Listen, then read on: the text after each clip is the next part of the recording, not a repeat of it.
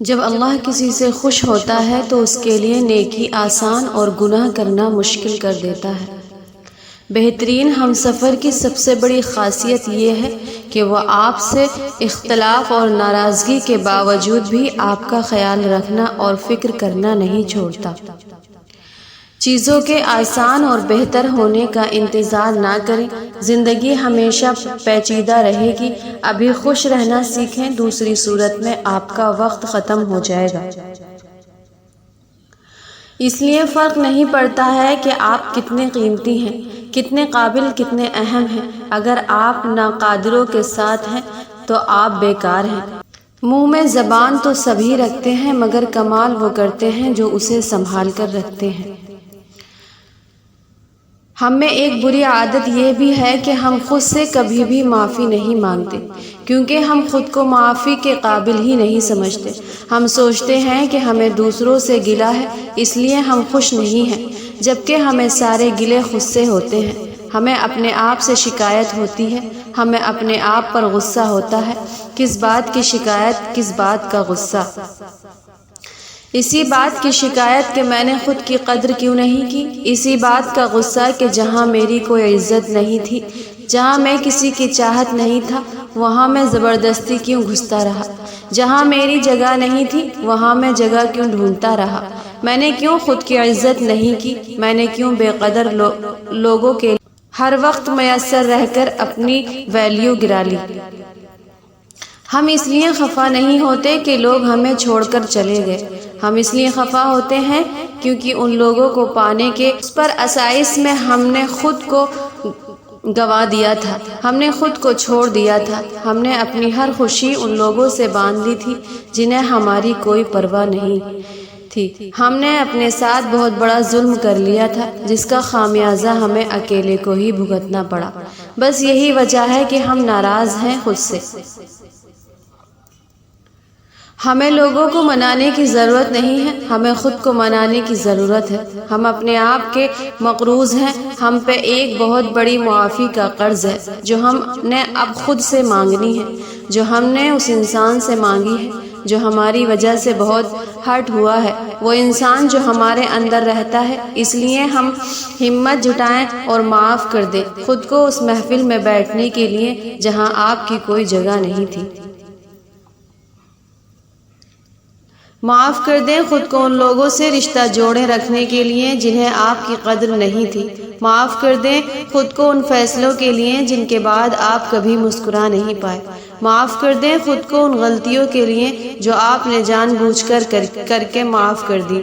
خود کو ہمیشہ دوسروں سے بعد میں رکھنے کے لیے معاف کر دیں۔ خود کو ہر انسان پہ بھروسہ کرنے کے لیے اور سب سے بڑھ کر یہ کہ معاف کر دیں خود کو خود سے معافی مانگنے میں اتنی دیر لگانے کے لیے۔ اس کہانی کا کوئی فلسفہ شاید نہ ہو کیونکہ یہ کرداروں کی کہانی ہے۔ اس میں کردار ہیں جو آپ کو لطف بھی دیں گے، سبق بھی دیں گے، خوشی بھی دیں گے اور آنسو بھی۔ جنہیں میرا رب محبوب رکھتا ہے انہی کی سسکیاں سننے میں تو لطف لیتا ہے۔ وہ جب کلیجہ چیرا جاتا ہے تبھی تو وہ مسکراتا ہے۔ اسی طرح تو آزماتا ہے، آزمانا اس کی شان ہے، اس کو گڑ گڑاتے ہوئے محبوب ہی تو پسند ہے۔ زندگی میں کوئی غلطی نہیں ہوتی، صرف سبق ہوتے ہیں، صرف موقع ہوتے ہیں اپنی ذات پر قابو پانے اور سکون حاصل کرنے کے۔ اس لیے کبھی بھی ہار نہیں ماننی، بس آگے بڑھنا۔ اس کائنات میں صرف اللہ کی رحمت ایسی ہے جہاں خریداری کے لیے اگر جیب میں کوئی نیکی نہیں تو آپ ہاتھوں پہ آنسو رکھ کے جو چاہیں لے جائیں۔ آپ دنیا میں ہر رشتے، ہر انسان کے بغیر، ہر شے کے بغیر جی لوگے مگر یقین مانو اللہ کے بغیر نہیں گزار سکو گے زندگی، کیونکہ اللہ کے بغیر آپ کا کوئی وجود نہیں۔ اتنے درد کے بعد بھی اگر تم صبر کر رہے ہو تو یقیناً تمہیں اجر کے لیے چن لیا گیا ہے۔ جب پختہ یقین ہو تب ہر انشاءاللہ الحمدللہ بن جاتا ہے۔ دوسروں کی مدد کرنے کا کسی کے پاس وقت نہیں، لیکن دوسروں کے کام میں ٹانگ اڑانا اور دوسروں پر نکتہ چینی کرنے کا وقت سب کے پاس ہے۔ لفظوں سے مجھے بہت ہمت ملی ہے، یعنی تمہارا گمان بھی وہاں تک نہیں جا سکتا جہاں سے اللہ وسیلے بنا دے گا۔ لوگوں نے کہا وہ چیز تمہارے مقدر میں نہیں اور تم نے مان لیا۔ کیا تم نہیں جانتے دعائیں مقدر کے لکھے کو بھی موڑ دیتی ہیں؟ کیا تمہارا ایمان معجزوں پہ نہیں؟ کسی کی پہچان علم سے نہیں ہوتی بلکہ ادب سے ہوتی ہے، کیونکہ علم تو ابلیس کے پاس بھی تھا لیکن وہ ادب سے محروم تھا۔ سب سے قیمتی تحفہ جو ہم کسی کو بھی دے سکتے ہیں وہ ہماری توجہ ہے۔ جب ذہن سازی ان لوگوں کو گلے لگاتی ہے جن سے ہم پیار کرتے ہیں تو وہ پھولوں کی طرح کھلیں گے۔ غربت انسان کو اپنے ہی شہر میں اتنا اجنبی بنا دیتی ہے کہ اپنے لوگ بھی پہچاننے سے انکار کر دیتے ہیں۔ کسی کی مدد کرنے کا سب سے آسان طریقہ یہ بھی ہے کہ آپ اسے لفظوں کا تحفہ دیں، ایسے الفاظ جس سے اس کا حوصلہ بڑھے۔ یہ جو مشکل آپ پر آئی ہے نا، یہ اپنا حل ساتھ لے کر آئی ہے۔ بند دروازوں کے آگے رونے سے اچھا ہے کہ آپ سجدے میں اس رب کے سامنے رو لو، کیونکہ سجدے میں رونے والوں پر رب کوئی دروازہ بند نہیں رکھتا۔ دعائیں مانگتے رہا کرو، نہ جانے کس لمحے میں قبولیت کا کن لکھا ہو۔ پریشان کیوں ہوتے ہو؟ وہ ذرے ذرے کی خبر رکھنے والا تمہیں تنہا نہیں چھوڑے گا۔ جب اللہ کا کرم ہوتا ہے تب وسیلے بھی بن جاتے ہیں اور مانگنے کا طریقہ بھی آ جاتا ہے۔ ہم وہاں تک اچھے ہوتے ہیں جہاں تک دوسروں کے معیار کے مطابق ہوں۔ جب امام آمین کہے تو تم بھی آمین کہو، کیونکہ جس کی آمین ملائکہ کے آمین کے ساتھ ہوگی اس کے پچھلے گناہ معاف کر دیے جائیں گے۔ لوگ کئی سالوں کی اطاعت کو ایک دن کی نافرمانی سے مٹا دیتے ہیں اور اللہ تعالیٰ کئی سالوں کی نافرمانی کو ایک لمحے کی پیشمانی سے مٹا دیتا ہے۔ پھر کتنا بڑا خسارہ ہے کہ ایسے قدردان کو چھوڑ کر ناقدروں کے پرواہ کریں۔ اللہ سے تعلق تو ایسے ہونا چاہیے جیسے ماں سے ہوتا ہے۔ تھک جاؤ تو اس کی گود میں سر رکھ دو، پریشانی ہو تو اس کی آغوش میں سر رکھ کر کہو، مجھے تھپک ماں، تیری تھپک میں پتہ نہیں کیا جادو ہے کہ سارے دکھ دور ہو جاتے ہیں۔ انسان عمر بھر اپنے آپ ہی سے سب سے زیادہ باتیں کرتا ہے اور اپنے آپ کو ہی سب سے زیادہ جھیلتا ہے۔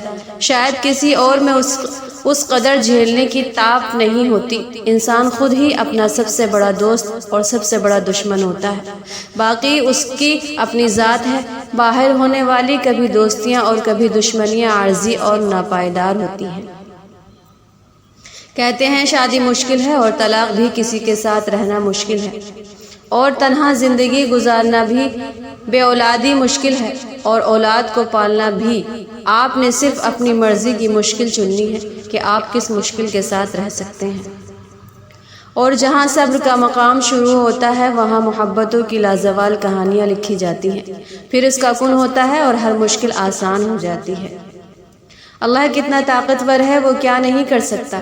وہ کس قدر مہربان ہے، کیا نہیں کر سکتا؟ انسان کو انسان رکھنا اسے آتا ہے، کبھی غضب سے کبھی احسان سے، وہ اپنے دائرے میں ہی رکھتا ہے۔ تاریخ کے حساس انسانوں نے اپنی زندگی کا زیادہ تر وقت اداس رہ کر گزارا ہے۔ خوش رہنے کے لیے بہت زیادہ ہمت نہیں بلکہ بہت زیادہ بے حسی کی ضرورت ہے۔ اللہ کے احکامات پر وہی چل پاتے ہیں جن سے اللہ محبت کرتا ہے۔ آئیے اپنی زندگی پر غور کریں کہ ہم اللہ کے کتنے احکامات پر چلنے کی توفیق حاصل کر پاتے ہیں۔ انسان کی اصل قیمت اس کے الفاظ بتاتے ہیں، جو کبھی اسے دوسروں کے دلوں میں اتار دیتے ہیں اور کبھی دلوں سے اتار دیتے ہیں۔ کوئی اس دور میں وہ آئینے تقسیم کرے جس میں باطن بھی نظر آتا ہو ظاہر کی طرح۔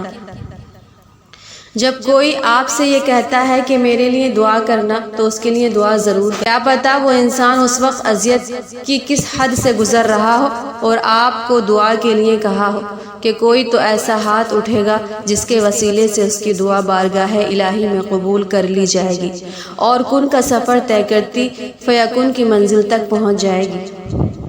اپنے لیے لڑنا سیکھو، کسی کو اجازت مت دو کہ وہ تمہیں جسمانی اذیت پہنچائے یا تمہیں اپنا غلام بنائے۔ اللہ نے ہم سب کو آزاد پیدا کیا ہے، مگر کچھ انسان ہم سے یہ آزادی چھین لیتے ہیں۔ آزادی واپس لینے کے لیے لڑنا پڑتا ہے، مارنی پڑتی ہے۔